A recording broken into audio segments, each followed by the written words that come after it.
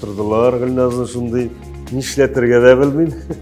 Шундый шустрый кыз булды, шаян кыз булды, кеше мактый, папа дип папа мактамый мине. Минем дә әзрәк аны канатларын әзрәк савырырак, ышанып китеп теге йолдыз ширләре белән ширләүчеләр дә бик күп. Шуңа күрә андый берләр булмасын өчен карыйм, нидән зуплый бастыны алган.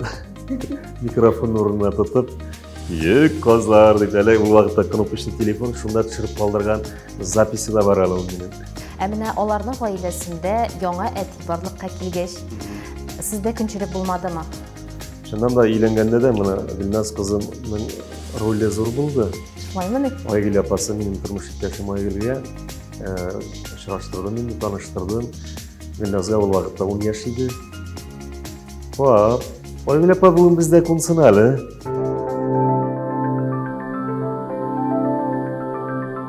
Әле бик яшь булуына карамастан, Гөлназ Асаева инде татар сәхнәсендә үз урынын яулаган, үз тамашачысын булдырган җырчы. Кем баласы димәгез проектының бүгенге кунагы Гөлназ Асаеваның әтисе, Татарстанның халык артисты, Башкортстанның ат казанган артисты Рөстәм Асаев. Исәнмесез? Исәнмесез, Алсу.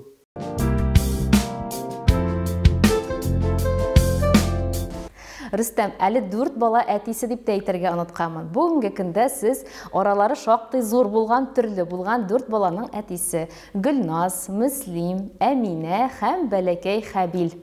Улларыгызның исемнәре бигрәк тә үзенчәлекле һәм сирәк. Аларга кемнәргә багышлап куштыгыз исемнәрне? Улымга килгәндә инде, улысына Мөслим, улым инде ул әлбәттә Магомаевка багышланган исем булды. Аңа Мөслим Магомаевка ижатына гашык кеше буларак, кумирым буларак куштым.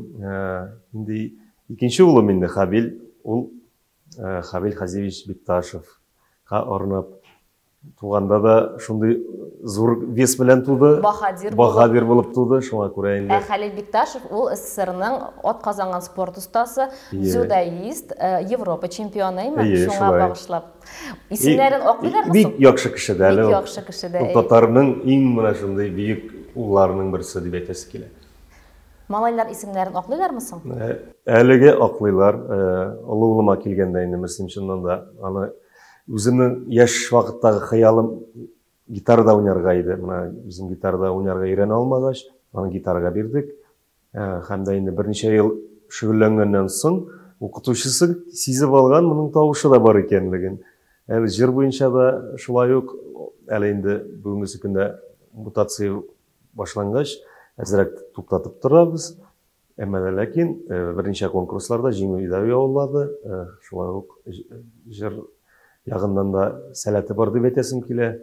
Һәм гитарада да бик яхшы инде. Грамоталар шактый, мактанып алыйм инде. Бу инде Мөслим Магомаевка исеменә туры киләме дигән нигә җавап. Хәбил инде чыннан да шулай ук бик шустрый малай, бик музыкаль. Чак кына үзенә ошаган көй булса, ул бит менә кайбер көйләрне яратып тыңлый хәзер. Шул көйләрне куйсаң, обязательно дип китә инде. Шундай музыкаль җегет. Бәлки яннан көрәшче дә чыгыр әле. Бәлки бик усал малай. Холкы бар. Холкы бар. Җылак та, шул вакытта усал да. Барсы да бар. Шуңа күрә инде Алла бирсә. Гөлназ туганда бер төрле әти булсагыз, сез инде хәзер бөтенләй башка төрле әти.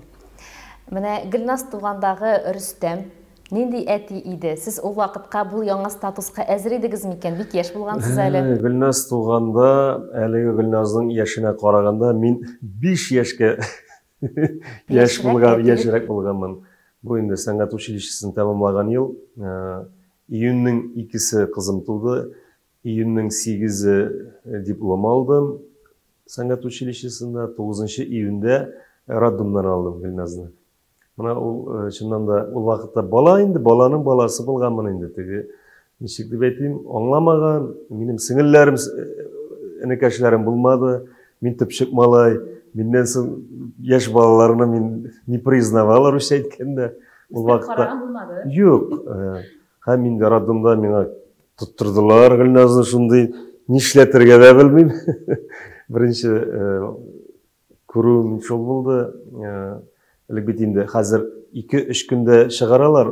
Элек бына атналар буе тотканнар инде, димәк, 2сеннән алып 9-на кадәр шактый вакыт узган. Хәзер инде сез тәҗрибәле әти, инде икенче төрле. Әйе, шулай инде олы улым туганда да икенчерәге уже, чөнки 10 ел вакыт ул олыгайта, әйе, шуңа күрә. Әмма дә ләкин Әминә дим, Гөлназ кызым белән бергә үстек инде, дип әйтергә кирәк. Аның кызыклы вакытлары бик күп булды. Ул бала чактан ук шундый шустрый кыз булды, шаян кыз булды һәм бик музыкаль. Ул җырлавы да аның тиккә генә түгелдер. Балалар кебек мультфильм карап утырмады ул. Ул бары тик әле бит видеокассеталар була иде. Шул клиплар, концертлар. Ул кассета бит 1-3 сәгатьлек вакыт була иде. Ул аның бер гадәте бар иде, уйнап беткәч кассета кирдән әйләндереп, артка яңадан башлыйдыр инде. Менә шулай көннәр буе карарга мөмкин иде. Шуңа күрә 3 яшь вакытында, 3 яшьтә булдым икән, әнисе белән без мәктәптә бер чакыру, очрашу кичәсе оештыралар иде. Әти белән әни дә бар иделәр, алар да җырлады. Һәм Гөлназ утыра тамашачы янында, без инде әнисе белән дуй җырлыйбыз. Шул вакытта йөгереп кенә менде дә Гөлназ, микрофонны миннән тартып алды да, шул җырны дәвам итте. Шаккаттым мин шул вакытта. Аны хәзер хәтерләмиләр бер кемдән. Минем хәтеремдә калды менә шул кадәр. Минем ритмнан да чыкмый, сүзләрен дә белә. Бул җырны димәк белгән дигән сүз инде. Менә беренче чыгышы шулай булды сәхнәдә. Гөлназ яшьтә 3 айдан әбисе, бабасы янында авылда калып, һәм мәктәпкәчә яшьтә алар белән үскән. Моның үзенең начар ягы да бардыр инде, яхшы яклары да бардыр. Ул менә үзенең социаль челтәрләрендә булай дип яза: "Мин әти-әниемә бик рәхмәтле, әмма минем йөрәгемдә нәнәй белән карт әтәй" ди. Әби, бабай тәрбиясе сизеләме Гөлназда? Әлбәттә, ул инде шулай ук авылга мәхәббәт, әбисенә, нәнәсенә, инде безнеңчә нәнәсенә, картатасына. Әлбәттә, ул яшьтә 3 ай гына түгел. Ул беренче көндән ул безнең райцентрда туды, шуңа алып кайттык авылга, авылда үсте инде ул. Әнисе белән тордылар, яшьтә 3 айга кадәр аннары инде әнисе укырга китте бит инде, шулай калды. Әлбәттә, киткәндә җылап калулар инде, анасын, әни инде күршеләргә алып китәдер, отвлекать итеп дип әйтик. Менә шул вакытлар. Һәм инде яшьтә 3 айдан әткәй яслигә йөртә башлады, машинага утыртып, менә шулай шушы хатирәләрне Гөлназ исендә инде аның. Кадерле иркә бала булып курчак кебек үскән аларда. Яни һәман теге искә ала инде. Садиктан кайтады, өйдә бит инде бөтен ризык бар. Холодильникны бер ачады, бер ябады, бер ю ашарга. Не кызым, бөтен әйбер бар. Хотя бы шуп стою, дип әйтәде. Шундай иркә һәм дә шул вакытта шаян кыз иде инде. Менә Гөлназ әйтә, кичләрен карт әтәй баянда уйный, нәнәй җырлый иде дип. Димәк, аңа менә бу иҗат дөньясына мәхәббәте сездән генә түгел, әтиәнисеннән генә түгел, әби бабасыннан ук киләме? Әлбәттә шулай. Әткәй мәрхүм инде Мәҗит Султан улы, әткәй гомер буе инде колхозда эшләде, водитель булып эшләде, күп еллар начальство йөртте инде. Аннары инде соңгы елларын инде автослесарь булып эшләде. Машиналарның йөрәген лечит итте. Әни шулай завсклад булып эшләде колхозда. Почтада да эшләп алды. Шулай алар икесе дә яшь вакыттан ук инде колхозда бит инде үзешчән концертлар бик күп буладыр, күрше колхозларга да йөриләр иде, менә шулай. Әти гармонда уйный, баянда, гармонда бик матур җырлый иде. Моңлы тавыш, көчле тавыш иде. Аннары инде нигә чыккач, пенсиягә чыккач, мулла булып вазифасын башкарды. Менә соңгы көненә кадәр тугры булып, иманлы булып, Аллага шөкер. Бик шаян иде әткәй тоже. Шаян да, усал да иде, шул вакытта җылак иде дә, менә нәкъ минем кебек инде. Үземнән Шуңа күрә Гөлназ менә шушы мөхиттә әнкәй шулай бик матур җырлый, бик моңлы. Менә әнкәйнең дә моңнары күчкәндер дип уйлыйм, әткәйнең дә моңнары күчкәндер. Халык җырларын бит инде әткәй дә һәрвакыт улым халык җырлары күбрәк җырла дип аның һәрвакыт әйтеп килгән сүзләре иде. Һәм бу Гөлназның репертуарында да көчле ягы бит. Шуңа да бит инде Гөлназ иң беренче зур сәхнәгә әти-әнисе белән дип әйтик, Уфадагы беренче адымнары сәхнәдә, беренче түгел, инде профессионал сәхнә дип әйтик, аңа инде бары тик 8 яшь булган вакытлар, 8 тирәсе иде. Таң атканда җыры белән чыкты ул. Аның бөтен Башкирияны йөреп чыктылар. Гөлназ шул вакыттан ук популяр кыз инде, 8 яшьтән аны беләләр иде. Халык ярата. Мин инде теге ничек дип әйтим, һәрвакыт Гөлназны инде бөтен җирдә ой, матур җырлый, ой дип торалар. Мин шул вакытта әзрәк су сибеп торалар инде йолдызлык ширләренә дә. Менә бу җирдә кызым шулайрак җырларга кирәк. Аны аңлап бетмәйде. Менә мине бөтен кеше мактый, папа дип әйтә, папа мактамый мине. Мине гел критиканы не воспринимала русча әйткәндә. Әмма инде вакыты шул үсмер вакытлары узгач, инде хәзер әти дип шул вакытларда дөрес әйткәнсең дип. Менә Аллага шөкер, мин инде әзрәк аны теге канатларын әзрәк савыррак ачынып китеп теге йолдыз ширләре белән ширләүчеләр дә бик күп. Шуңа күрә андый әйберләр булмасын өчен үземнең яктан менә шундый тәрбия бирдем инде дип әйтергә була. Сезнең беренче хатыныгыз Лилия Биктимирова белән юлларыгыз аерылгач, Гөлназ әнисе белән яши башлыймы? Сезнең аралашулар ничек иде ул вакытта? Аңа зыян килмәдеме? Аралашулар ничек? Мин Лилиягә бары тик рәхмәт әйтәм нәрсә өчен? Менә шушы баланы миңа каршы ул бик күп гаиләдә шундый әйбер бар. Балаларны үч алалар, балалар аша. Бердә дөрес әйбер түгел. Әтисенә каршы тәрбиялиләр. Ират кеше бер вакытта да баласыннан аерылып чыгып китми. Бары тик гаилә ничек дип әйтим, хатыннан аерылса да бала бит ул гаепле түгел. Баланы бер вакытта да мин ул яктан алар гастрольләргә чыгып киткәндә дә мин үзем алып кыла идем, мәктәпкә илтә идем, теге чәчләрен үрә идем кызымның. Шул вакытта да әле беренче класста, әле ул вакытта зур сәхнәгә чыкмаган вакытлары, Киек казлар җырын карыйм, нидән зубной пастаны алган, микрофон урынына тотып, Киек казлар дип, әле ул вакытта кнопочный телефон шунда төшереп калдырган записи да бар әле минем. Шундый кызык вакытлар бар иде. Шуңа күрә менә шулай иттереп, бер вакытта да элемтәне өзмәдек, бергә барып алып,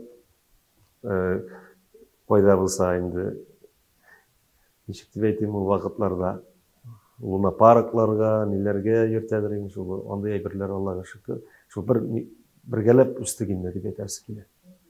Менә аларның гаиләсендә яңа әти барлыкка килгәч, сездә көнчелек булмадымы? Көнчелек булгандыр. Мин нәрсә дип әйтәм, кызыма карата җылылык, кызыма карата ихтирам булды. Дөрес итеп тәрбияләделәр дип әйтергә була. Шул сәхнәгә алып чыгулары да аларның эше бит инде, аларның хезмәте. Шуңа күрә Хәдис әфәндегә зур рәхмәт. Мин аңа нәрсә дип әйтәм, шулай кызымны үстерделәр матур иттереп, шулай барыбер мин бит инде читтә, алар көндәр бергә дигәндәй, менә шул мөхиттә дә Аллага шөкер, бергәләп ниндидер киңәшләр кирәк икән бер-беребезгә шулай аңлашып яшәдек инде. Шуңа күрә бүгенге көндә дә Аллага шөкер, минеке синеке дип теге үзгәләмибез баланы, уртак. Шуңа күрә өч көнлек дөньяда алай бер-береңне талап, ничектер начар яктан яшәү дөрес түгел.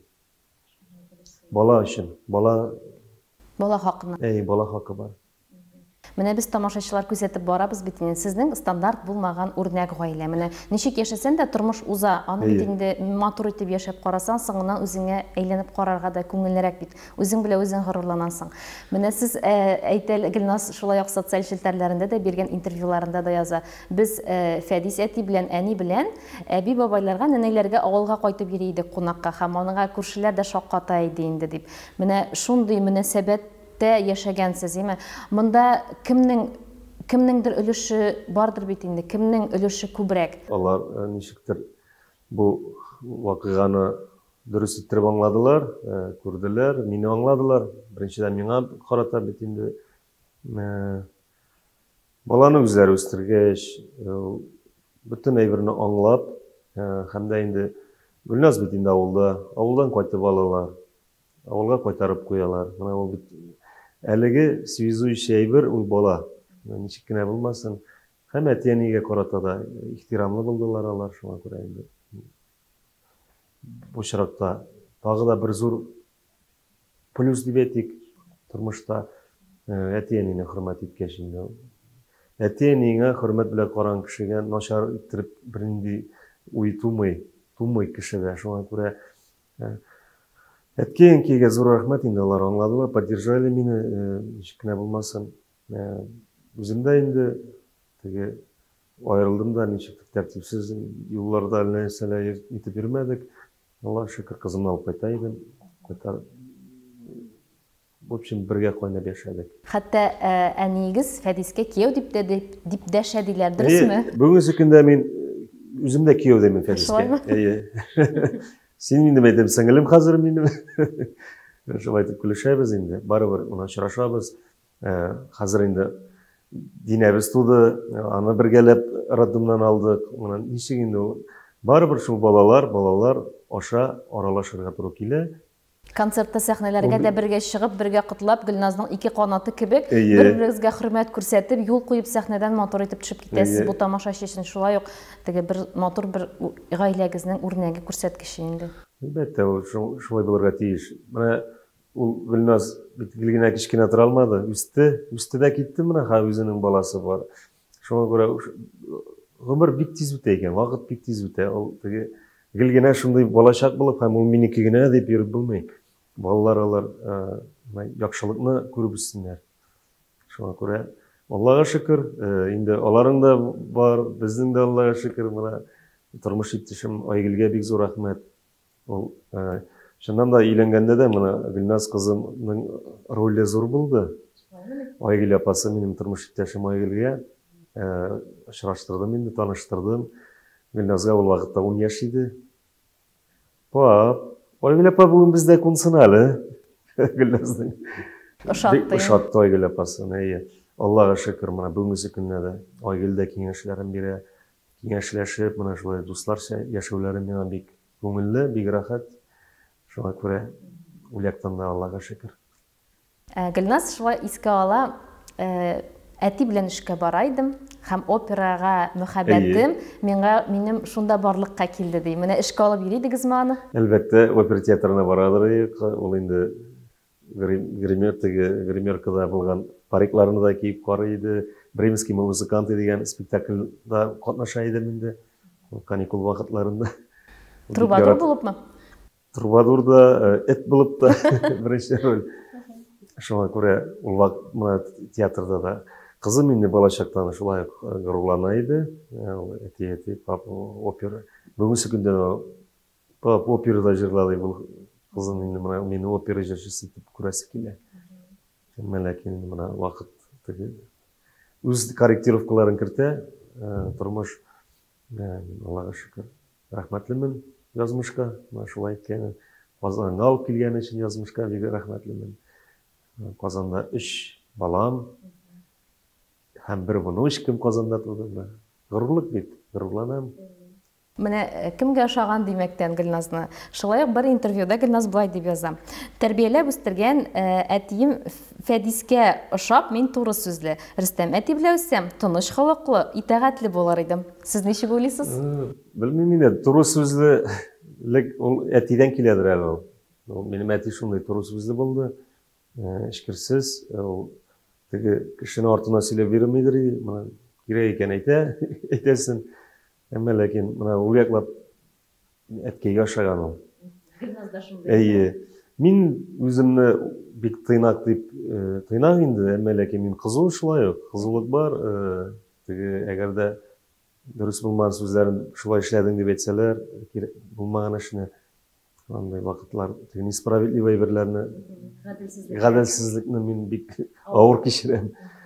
Әмма ләкин ул кызу булып, алай теге тормышта халык арасында андай ямьсез күренеш ул. Шуңа күрә менә ул минем бик зур үземдә анардан страдаю дип әйтик, кызып китү бик Жүгәнләргә туры киләме? Әйе, үзеңне жүгәнләп, үзеңне кулда тотарга кирәк. Анысы бик зур минус минем өчен.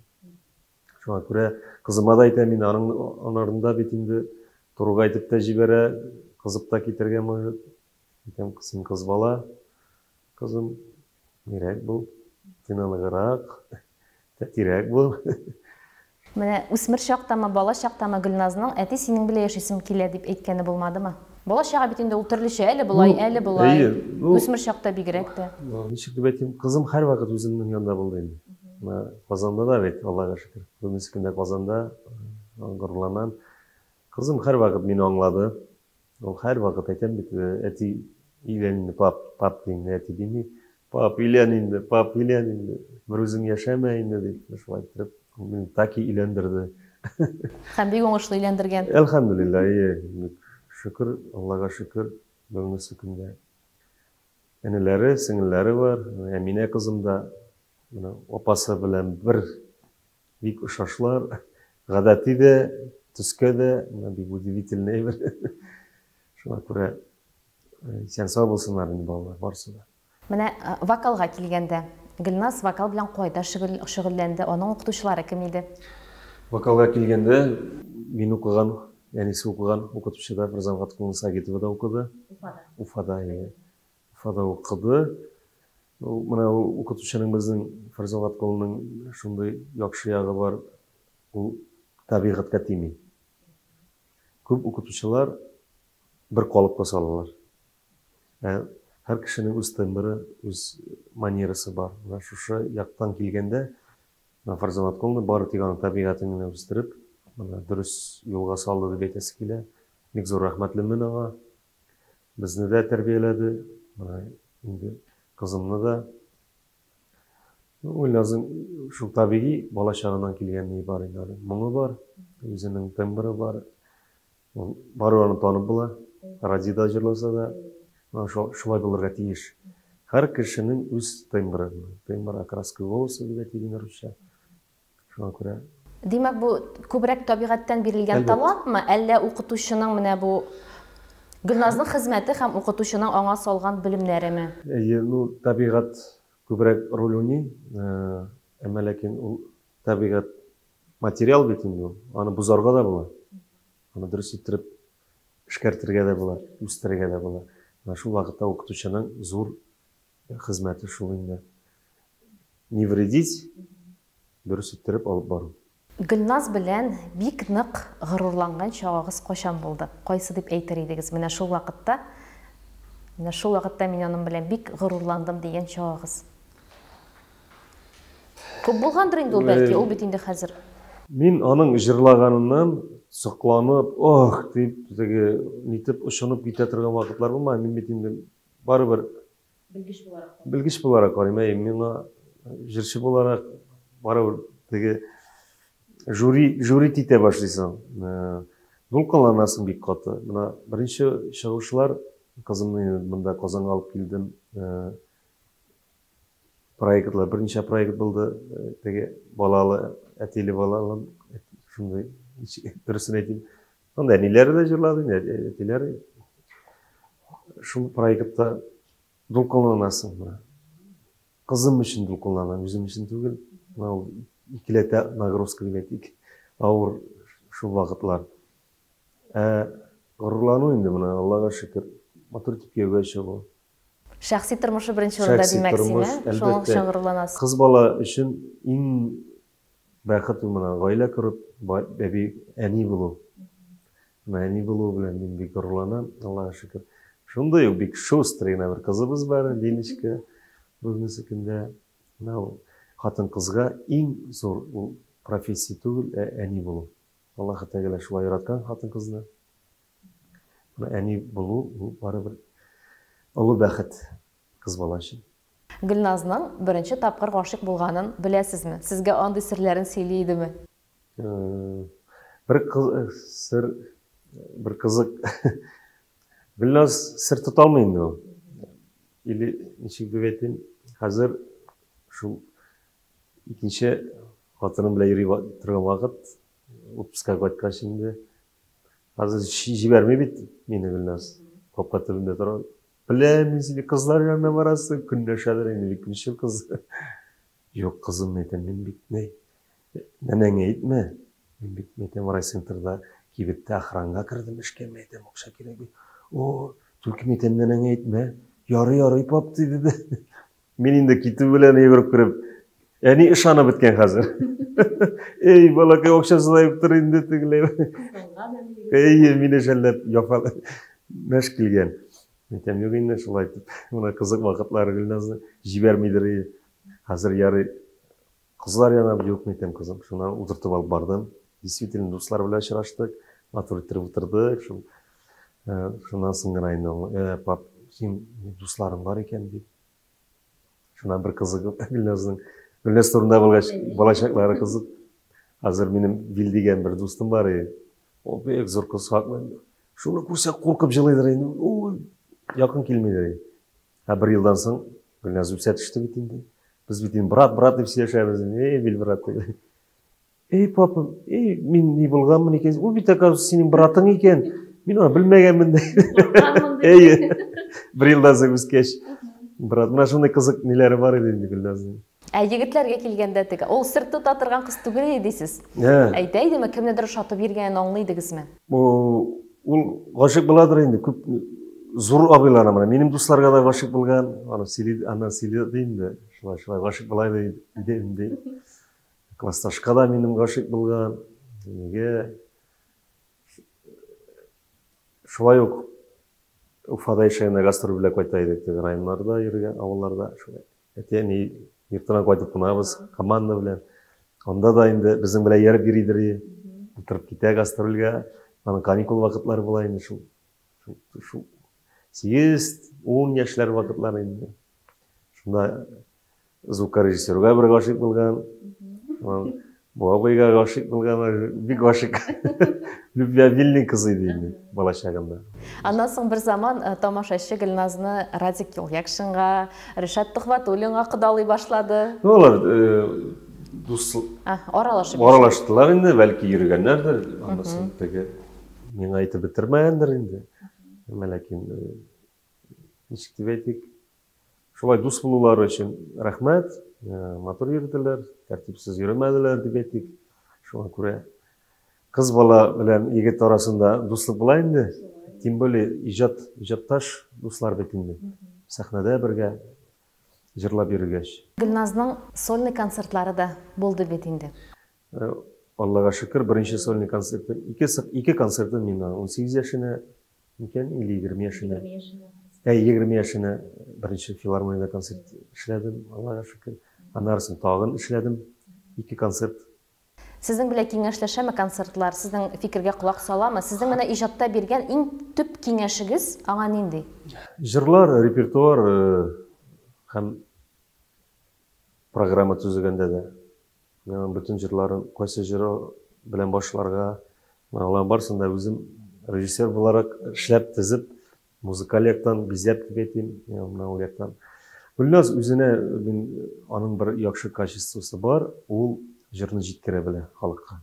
Нинди генә җырын җырласа да, кайбер бер-ике җырын мин әлеге секундда да әйтәм, кызым, бу җыр бик дөресрәк түгел дип.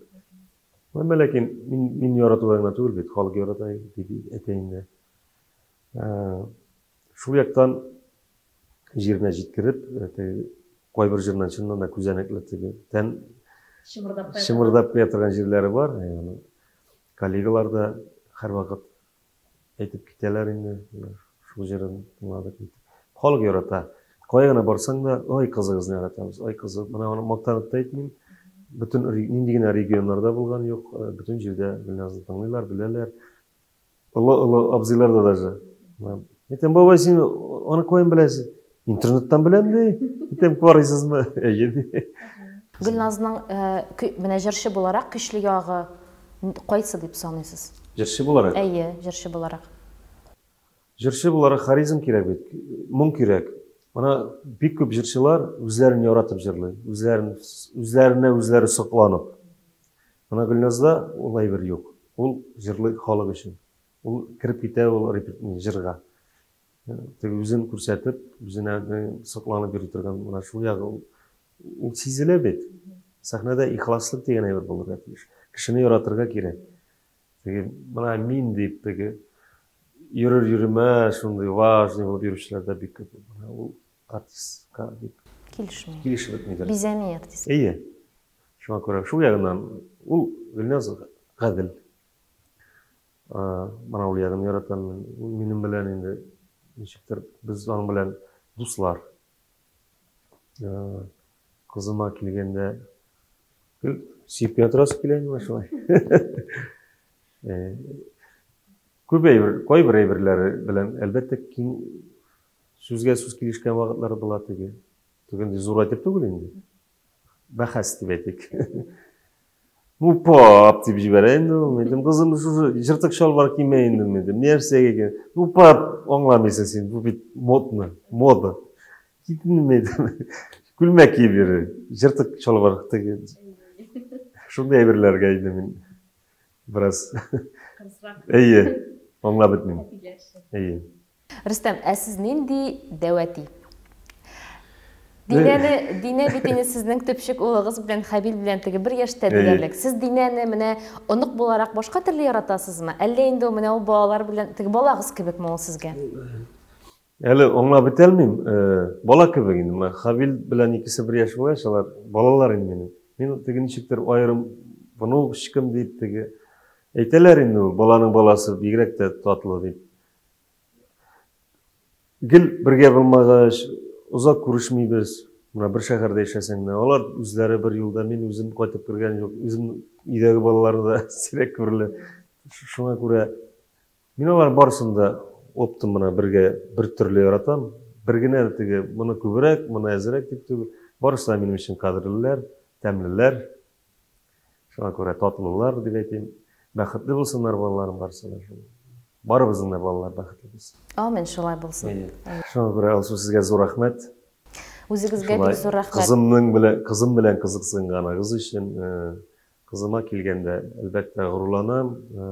Халыкка тугры, матур, игелекле җырчы булып, матур җырлар белән шатландыра торган киләчәктә дә җырчы булсын. Киявем белән менә матур иттереп шу кызыбызны, унычкыбызны үстерсеннәр. Тигезлектә үзләре карап үстерсеннәр. Тигезлектә ул менә бары хатын-кыз янында яхшы ир булу шулай бәхет. Бергә үсәләр инде алар, бергә үссеннәр, бергә теге.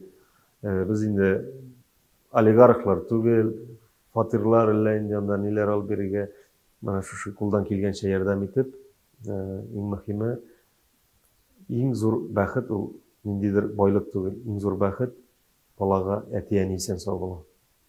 Шулай. Аны исән чакларында аңлап бетә алмыйбыз. Ничектер, я инде мин дип шундый тормышта яшәбез. Ярар инде, байтырбыз әле, өлгеребез, юк икән, алай түгел. Бүгенге көннең кадерен белгән кирәк. Сезнең Асаевлар нәселендә әле киләчәктә без тыңларлык, без сокланырлык, шушылай ук герой итеп чакырырлык балалар үссен. Әле без мөслимнәрне, Хәбилләрне, Әминәләрне дә менә шушылай Гөлназны кебек искә алып сөйләргә насыйп булсын. Амин.